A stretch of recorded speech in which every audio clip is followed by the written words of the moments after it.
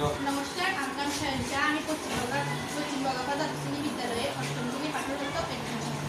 আজকে আমরা যে মডেলটি তৈরি করেছি সেই মডেলটি হলো ইলেকট্রিক কুলার, এয়ার কুলার।